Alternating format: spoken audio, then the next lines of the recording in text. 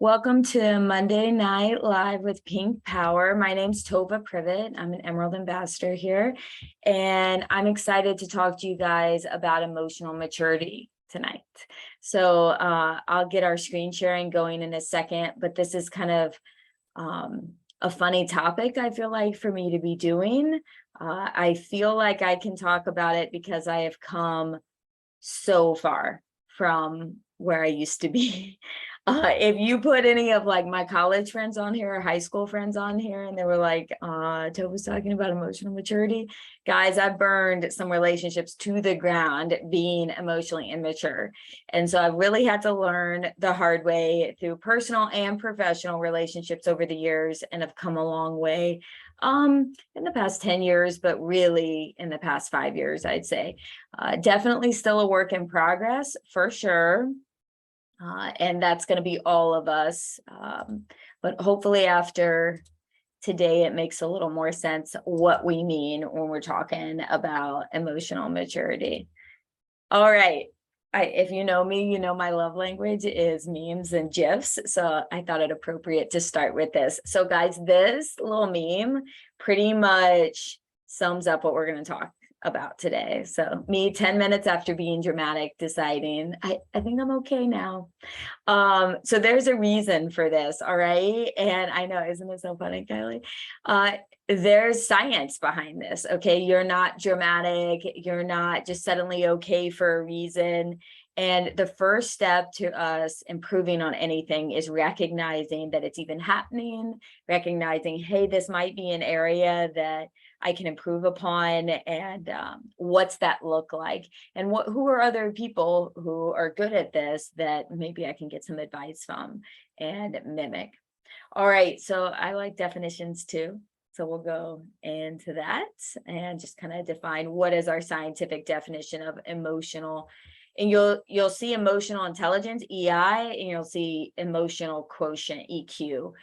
So a lot of the books and stuff are more EQ versus, IQ kind of thing. All right. So the ability to understand, use, and manage your own emotions in a positive way to relieve stress, communicate effectively, empathize with others, and overcome challenges and diffuse conflict. Like, whoa, that's a lot in there. So this is something that you're going to have to work on. This is not one of the optional things that just some people are good at and some others aren't. Yes, of course, some people are going to naturally have some strengths here, but this will be a roadblock for you if you don't dig in and figure out, where am I? And more importantly, guys, like, we all mess up with this and all fall short. I think recognizing trends and triggers for yourself is really important, because that's going to present differently for all of us. And that just makes us human.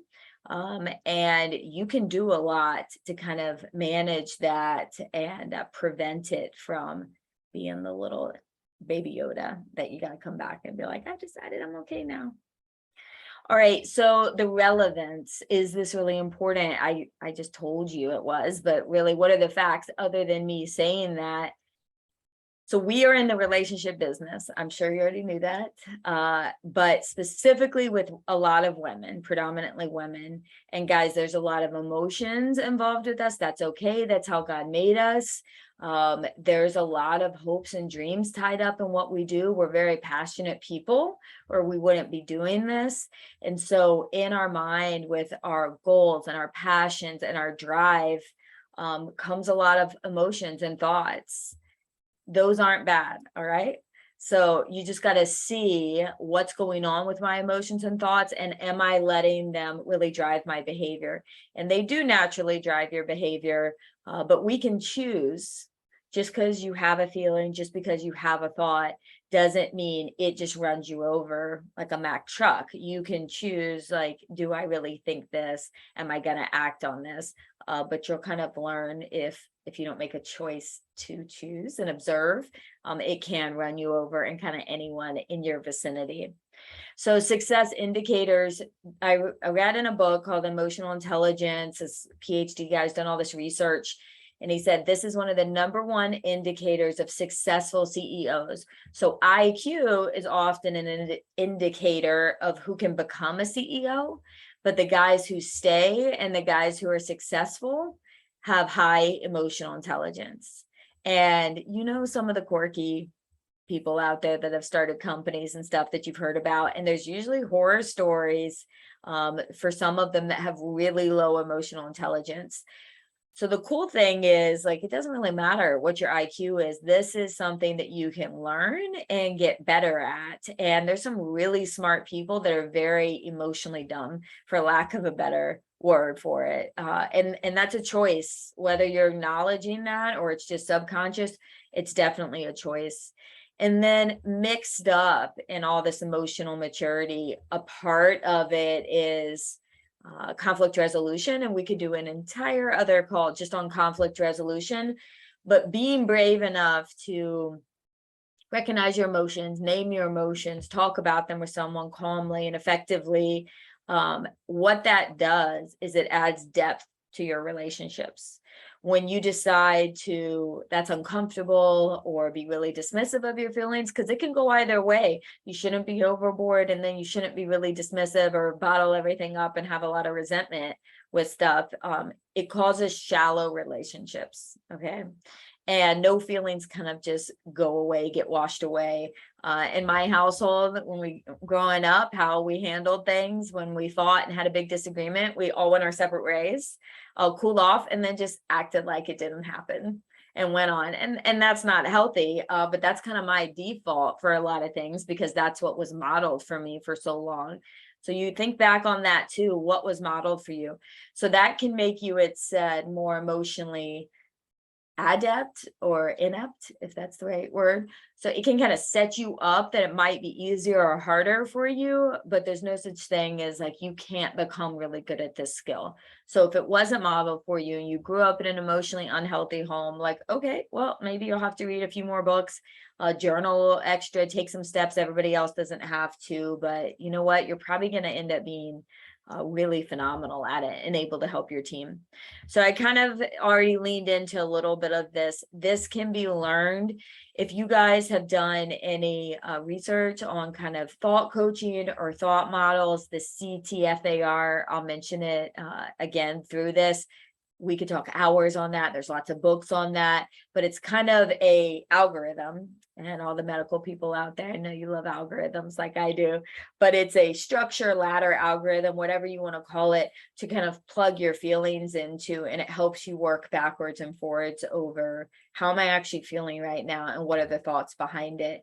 And this is a really important exercise. The CTFAR is not the only model out there. There's more than one way to do this, and therapists kind of go about it in their own way. But guys, you really got it. It's like a wild horse. Not that I know much about horses, but I feel like if I did, you have to kind of channel this energy and channel your emotions and learn kind of when they're in line and when they're out of line. So that leads perfectly into neutrality.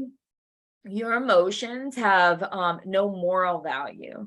So we tend to be bad about assigning good emotions, bad emotions. I should be feeling this way. I shouldn't be feeling that way. These are justified or not.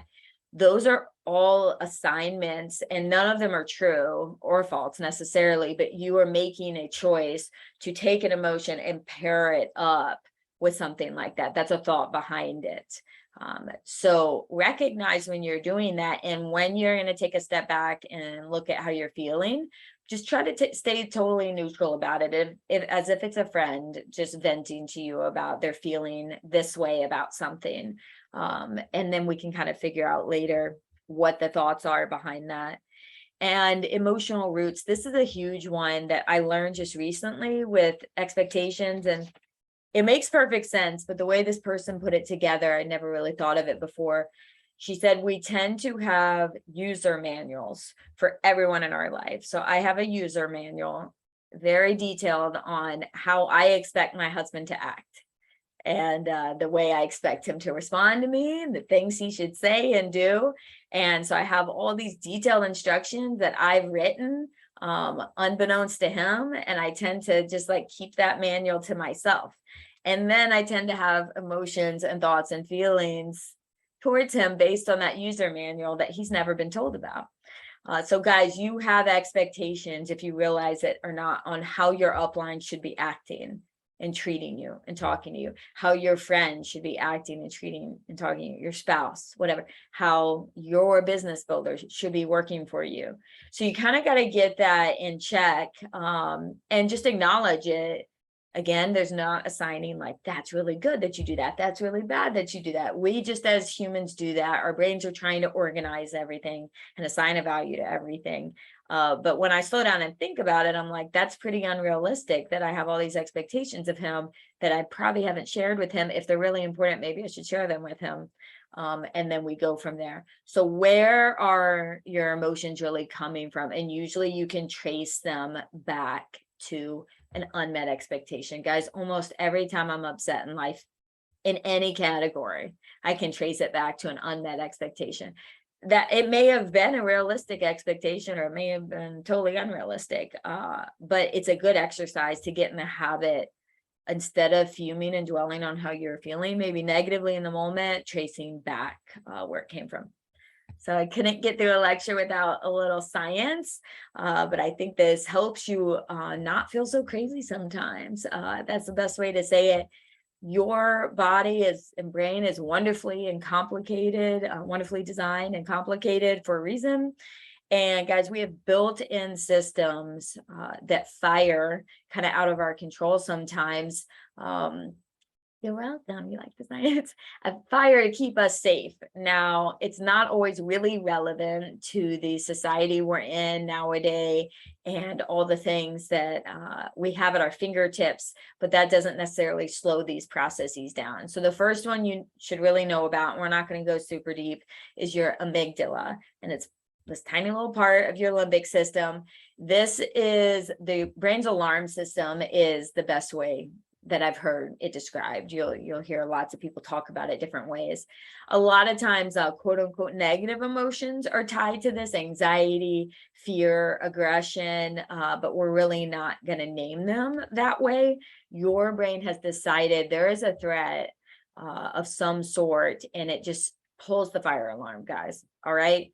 It will circle back later to figure out if some kid randomly pulled the fire alarm or if there's actually a full-blown fire. That's something we figure out later on. But initially, what I want you to realize is when some sort of trigger stimulus happens, and those things are just how you're kind of built and wired, it's okay that things trigger you. It's not okay that you necessarily just ooze your feelings out everywhere on everyone immediately because you're triggered. So it's okay that you're feeling upset or you're feeling strong about something, but you need to think before you act on it. So that's really a lot of what today is about. So know that your amygdala fired off really fast, and it is made to keep us safe, a tripwire. It is kind of dumb and clumsy. It is made to keep you alive. All right. Benzodiazepines and alcohol damper this. So a lot of times you see people too much to drink, those inhibitions or maybe good judgment is dampened. It's because of this guy. So what's the flip side to this? Your prefrontal cortex. So come in, adult supervision in the room. That's your prefrontal cortex.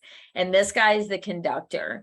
This guy takes time. So he's going to gather information, interpret it, decide the accuracy of it, and then he's going to circle back around and pass this detailed information onto the amygdala. And if there actually is a full-blown fire in the building, it's going to reinforce what the amygdala has set off, that like, yo, you should probably get out of here and like move away from the burning building. Otherwise, I'm like, oh, there's nothing to worry about. It's some kid playing a prank. Reel it back in. But you can't just take back those chemicals that have been released. So your sympathetic nervous system was stimulated to keep you safe. And guys, that just takes some time to reel back in. Think about when you've had a super close call on the interstate with a car accident where you literally like almost died and got in a car accident, but you didn't, like, and what really happened is you like swerved the car and hit the brakes, like nothing actually happened. You kind of got to talk yourself down from that, but your heart rate's still up, your breathing is still up, your thoughts are muddled. Here you go. It's these two guys going back and forth. So understand when you're feeling strong emotions that this is what's going on inside. And this is a great example that I saw a psychologist explain, and I'm trying to look at my picture to see if it's making sense. So if you take your hand and you say your thumb is your amygdala, and then your fingers are your prefrontal cortex, and so this is our brain in there, when that fire alarm is pulled and triggered, it blows the lid off. The prefrontal cortex blows up off the amygdala. And guys, this takes time for this to come back down and start communicating again. This is why I just lost it. I flew off the handle. You say things you don't mean, you come back later, like Baby Yoda, and say you're calmed down. So hopefully that makes sense. This is the comparison. So fast, safety, like flee, scared, uncomfortable, rash reactions, prefrontal cortex, slower, context, the adult in the room. The biggest takeaway is time. Guys, you can almost never go wrong by slowing down your responses. And I've learned the hard way. It's like your Amazon cart. If you want to buy something, you should put in your Amazon cart and like come back 2 days later. And funny enough, a lot of times you're like, nah, I don't really need that. It was more of an impulse thing. And they even say that with stores, like, if you really want it, come back another day and see if you actually still want it. The same thing is I have found with a lot of my responses when I'm really upset about something. I'll talk to my husband about it. You need a neutral party to vent to if that's how you externally process. You shouldn't be going to sidelines or downlines or anything like that. It's just toxic, even if you're justified. So find a neutral party to talk to if that's what you got to do to process. But 12 hours later, often it's just not as upsetting. Like it just doesn't seem as extreme. And it's because the rest of, unless your husband's working with you, I totally lost my train of thought. I'm sorry. So time was the takeaway there. All right, so understanding awareness, that's kind of what we're here for today. So props to you. Like number one is recognizing this is a topic that we even need to talk about. And then really the first step into improving is just being aware of it. And this is an exercise in and of itself. This is not like a passive thing. This takes intentionality to recognize, hey, I'm feeling some strong feelings here. Where are they coming from? Kind of what expectations are tied to it, and getting into the thought model. So right here, you see the thought model outlined, and you can find all sorts of information online about this. But if you see here in the middle, emotions and feelings, the thought model has feelings, but emotions, same line. So we muddle emotions and thoughts a lot of times. And honestly, I think until you get really proficient at it, you need to write it out. And you may even need to Google like emotions to name the emotion you're feeling. Because sometimes we're just really upset or irritated and angry, are always, kind of hiding, cloaking another feeling usually. So get better at identifying, what am I actually feeling right now? And so it's usually not just irritation and anger. And then what is the thought behind that? So, okay, let me try to think of something, something random. This hasn't happened, but if Natalie asked other leaders to talk and train on something and didn't ask me, I'm, initially feeling angry or irritated. And what I'm actually feeling is sad. My feelings are hurt. Because my thought would be, if Natalie really thought I was a good leader, she would have asked me to talk too. You see what I'm saying? But initially that was just like an irritation and an offense. Like, you see? Okay. So practice these, it'll come up, and we have like 40,000 thoughts a day, and every single thought has its own thought model, by the way. So this can be a lot of work. So what do we actually do? We talk all about the stuff and the definitions. So what are we supposed to do here? I like action steps. So we already kind of hit on recognition. And I think you got to journal it. I think you got to write it down. And we tend to pay more attention to negative feelings. However, you can go through the whole thought model with positive feelings too and neutral feelings. It doesn't just have to be negative ones, though those are the ones that tend to veer us off course a little more. And naming it, intentionality, practice, and patience. This takes a long time to get good at. It's uncomfortable. Emotions in general are uncomfortable. You pretty much have to take some time to calm down, to do the thought model appropriately. When you're really irritated and annoyed or upset or sad, you're probably not going to be able to think through that thought model accurately. That takes your prefrontal cortex being involved there. So what is the theme? The theme here is time and slowing everything down. So show me an example of when it has harmed you to wait to respond to someone. And don't give me this stuff like, oh, well, if I don't respond, they're going to think I'm mad and stuff like that. No, that has to do with their thought model, what they are deciding your silence might mean. If you really want to communicate something and you have to, I would ahead of time tell your team, like, I'm trying to work on emotional maturity. So if I don't respond to you right away, I'm not ignoring you. I'm not upset. I'm trying to like go through these exercises. You have to say that ahead of time.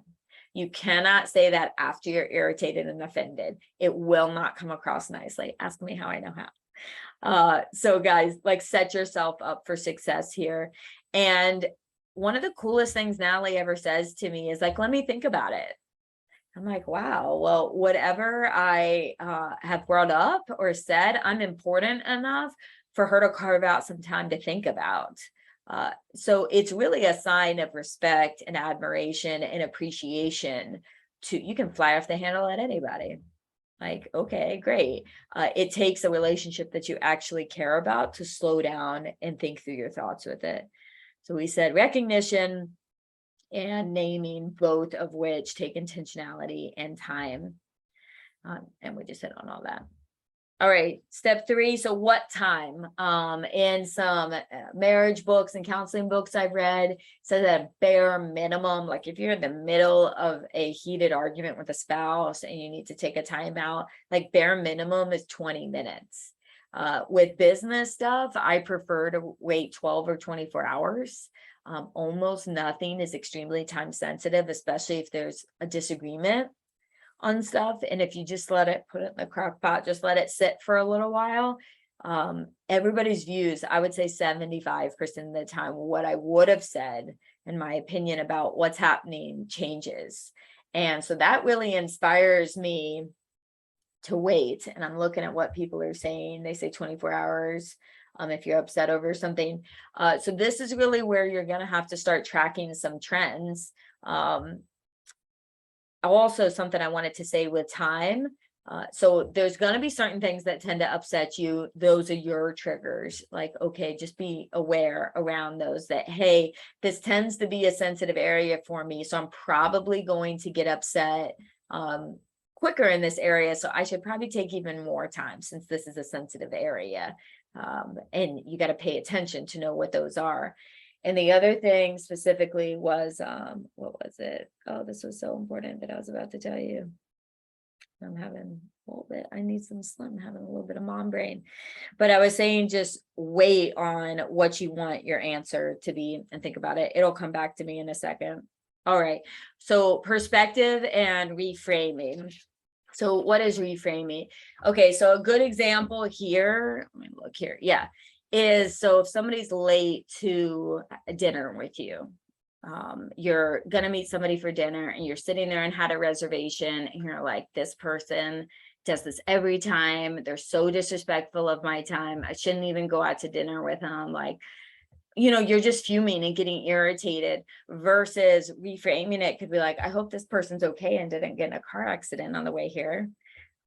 So that's the exact same thing. Somebody was late to eat dinner with you, and one approach was an irritated offense, like being offended at the person, and the other one was like, I'm sure there's a really good reason for this. So reframing those and giving people the benefit of the doubt. So that was the thing I was going to bring up. So assumptions of good, what assumptions are you making here? If you walk around looking for reasons to be offended, You'll find them. And a lot of you guys have heard this stuff at Ruby Retreat from Brittany Howard and Christina. But it's such good information to repeat. You will find a reason to be offended. If you want to read into things, if you want to think somebody's meaning something by something else, then I promise you'll find it. So you really need to assume the best about people's intent. And I can't remember what book it was. It says like we make the best assumptions for ourselves and the worst for other people. And I was like, man, that's so true. We always give ourselves the benefit of the doubt. That's what it was. And we don't necessarily give other people the benefit of the doubt. Now here, one of the hardest things here, and we'll talk about it more in the action steps, is not everybody's going to be on this same emotional maturity journey and timeline. And when you're trying to start doing this better and you're trying to grow in this, it's like almost having a jogging partner that hasn't been practicing with you, and you guys are at different paces. You really have to purpose in your heart the standards you're going to set and what you're going to do, independent of how the other party reacts, right? Because you can really be trying to be calm and wait and come up with a thoughtful response, and you go in and something you said totally by accident triggers that other person, which again is their mind trash, not yours, and they fly off the handle and their lip goes off their amygdala. So at that point you have to decide to not re-engage and say, hey, I obviously have said something to upset you, let's just talk when we both can be a little bit nicer and calmer or whatever. And you got to be careful with the words you choose, like the fewer the better here, because I've tried to de-escalate situations before, and when someone's irritated, they are going to take offense, they are going to read into what you're saying. So even saying things like, hey, let's talk later when you're calmer, when we're calmer, people can take that as insults. Like, you're saying I'm not calm, you're saying I can't think clearly, it's just like, hey, let's talk later. I would rather upset someone by saying let's just talk later and ending the conversation than us saying stuff that we can't take back. All right, let's see if we've covered everything here. In taking breaks, that was one other thing. When you do need to step away, that is okay. And you got to learn what works for you. But somebody even said in the short term, in the initial response, you got to be careful just calling someone and just, chewing on what just happened. Can you believe this is what she said? This is what she did. And guys, that feels good initially. Like, legit, I understand. It's like an itch that you want to scratch. It is unhealthy and it's not good. And you're not objectively stepping back. If you got to get it out, journal it, or talk to somebody that really has no vested interest in what's going on. But somebody even said like a TV show or music, something to engage a totally different part of your brain is a good idea initially, to kind of like think of it as like flipping the brake or turn the lights on and off, and just decide, like, make an appointment with yourself. I'm not going to sit here and fester on it. Man, that was irritating or hurt my feelings. I'm going to come back and think about it in 4 hours, or I'm going to think about that in the morning. All right, so action steps. I don't have much more. Hang in here with me. So today, you understand now. You can't unknow now. You know that we all have an emotional quotient. We all have a set level. And it doesn't really matter how low or high that is, we can all improve upon it. So seek out information. There's a few good books out there and podcasts, and honestly, find people who are emotionally intelligent and watch them and talk to them. And even if your leader isn't super emotionally intelligent, that can be a challenging situation.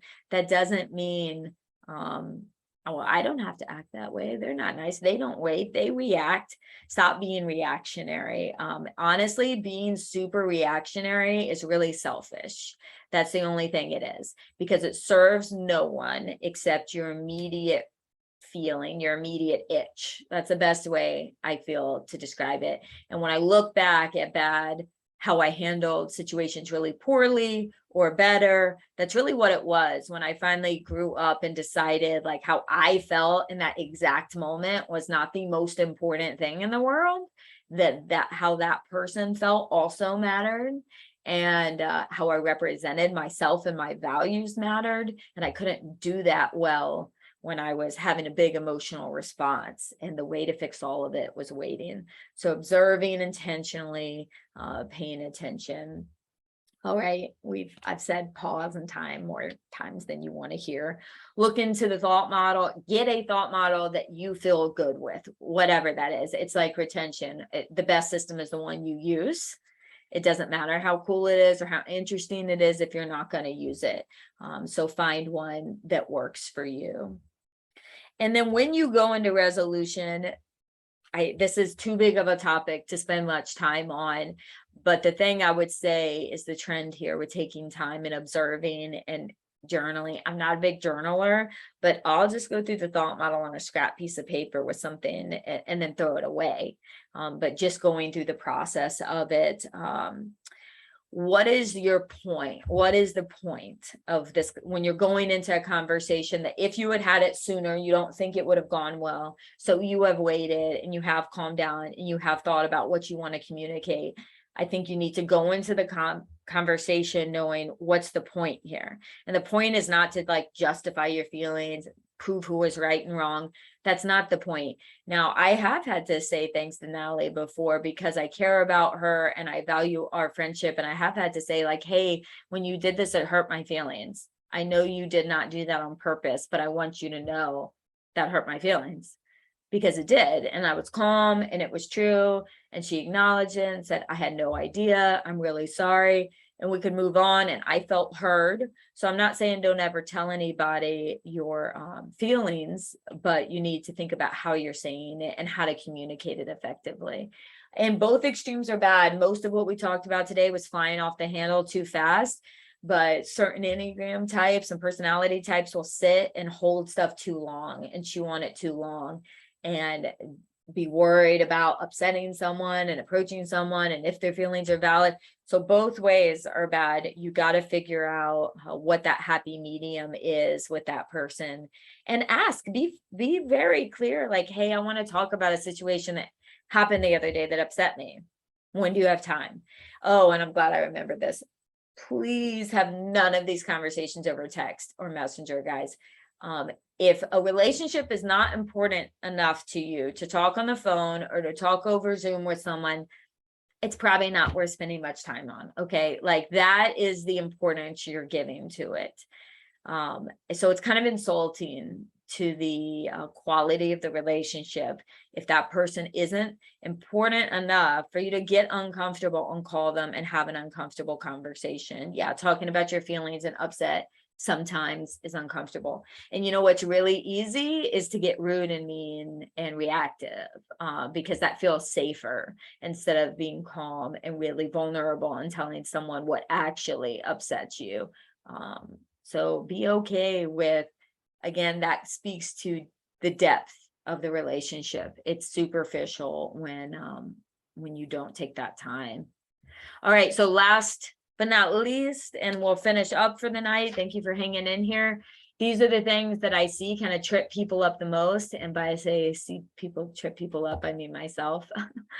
So before it was just lack of awareness and bless my husband's heart, he has really grown me in this area over the 20 years we've been together and watched me fall on my face a bunch and very patiently waited. And he is naturally gifted in this area, tends to be a slower reactor.